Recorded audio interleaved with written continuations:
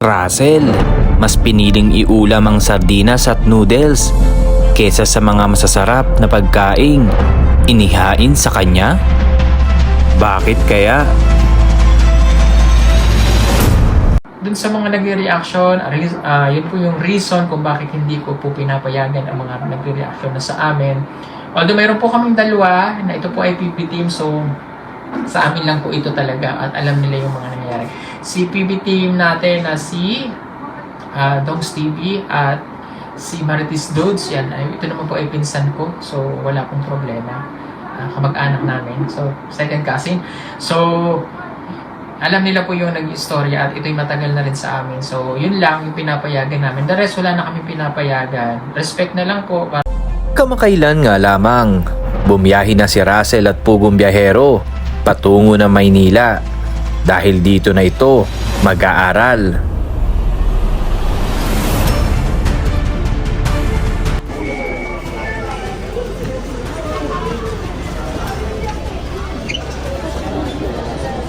Yan na po.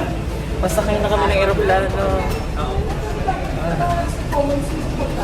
Ayan na, sasakay na po kami ng aeroplano. First time na Russell makasakay ng aeroplano. Ay, ng aeroplano Russell, papasok ka na dyan. Excited ka?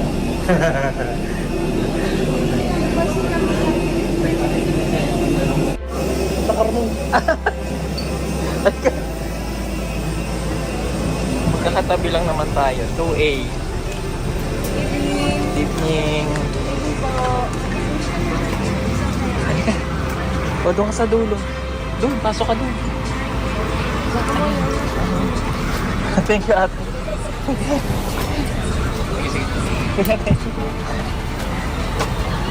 Yeah.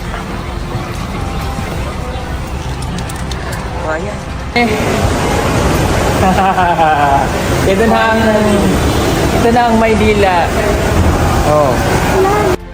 Makalipas nga ang ilang oras na biyahe, sa wakas, nakarating na din sila sa Maynila. At dito nga ay nataon pang sobrang lakas ng ulan. Lakas ng ulan sa Maynila. Ginigilang na si... Teka lang.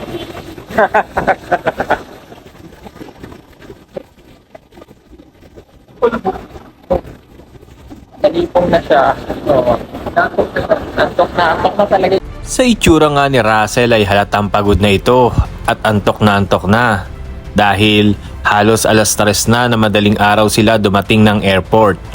At sa puntong ito, inaantay na lamang nila ang kanilang sundo, sina Teacher Nida, Tito Herns TV, si Onjay TV at ang Tres Marias. Dito nga sa unang pagkakataon, ang kanilang pagtatagpo ay nagkahiyaan pa ang apat.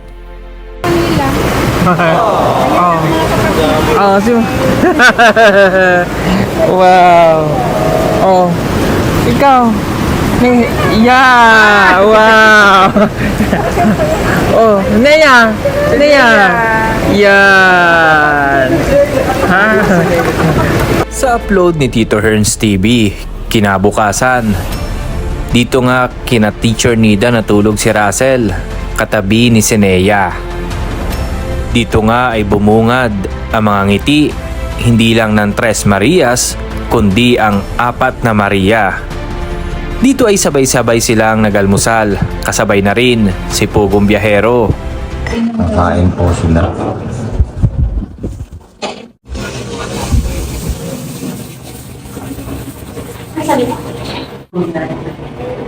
Ano ako? Hindi? Hindi nabibili? Ang tekman na kasi swerte na ako nabibili. Ano? Ilalay? Ano ka pa? Siguro. Nanibago yan eh. Kasi alas 2 na po kami.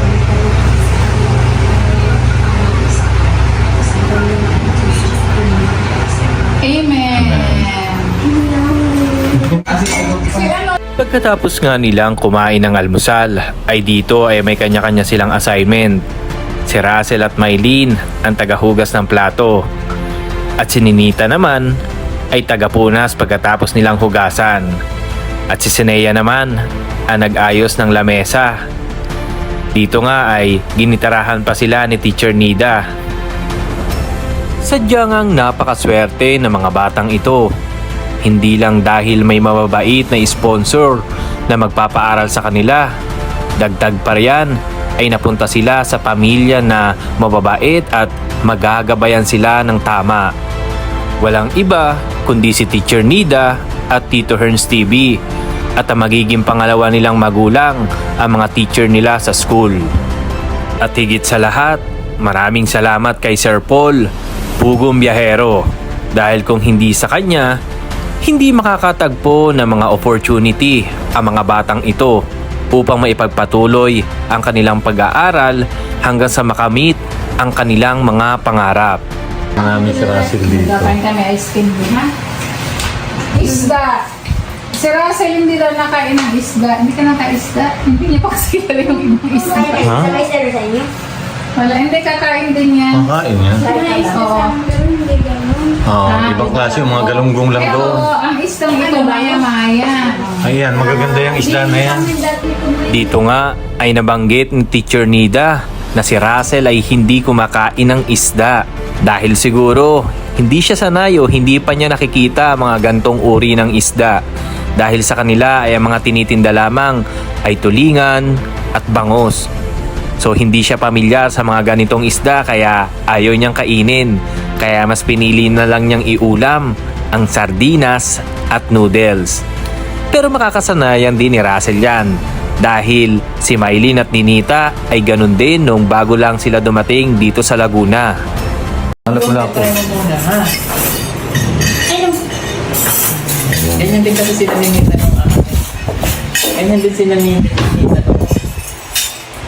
nung sila lang dito. Muli po, ito si Marites Dudes TV. Huwag po nating kalimutang isubscribe si Pugong Biyahero, Tres Marias at si Tito Herns TV. Pakidamay na din po ang aking channel. Muli po mga kadudes, Kapugong Biyahero, kita-kita po ulit tayo sa susunod na reaksyon. Maraming salamat po. Bye-bye!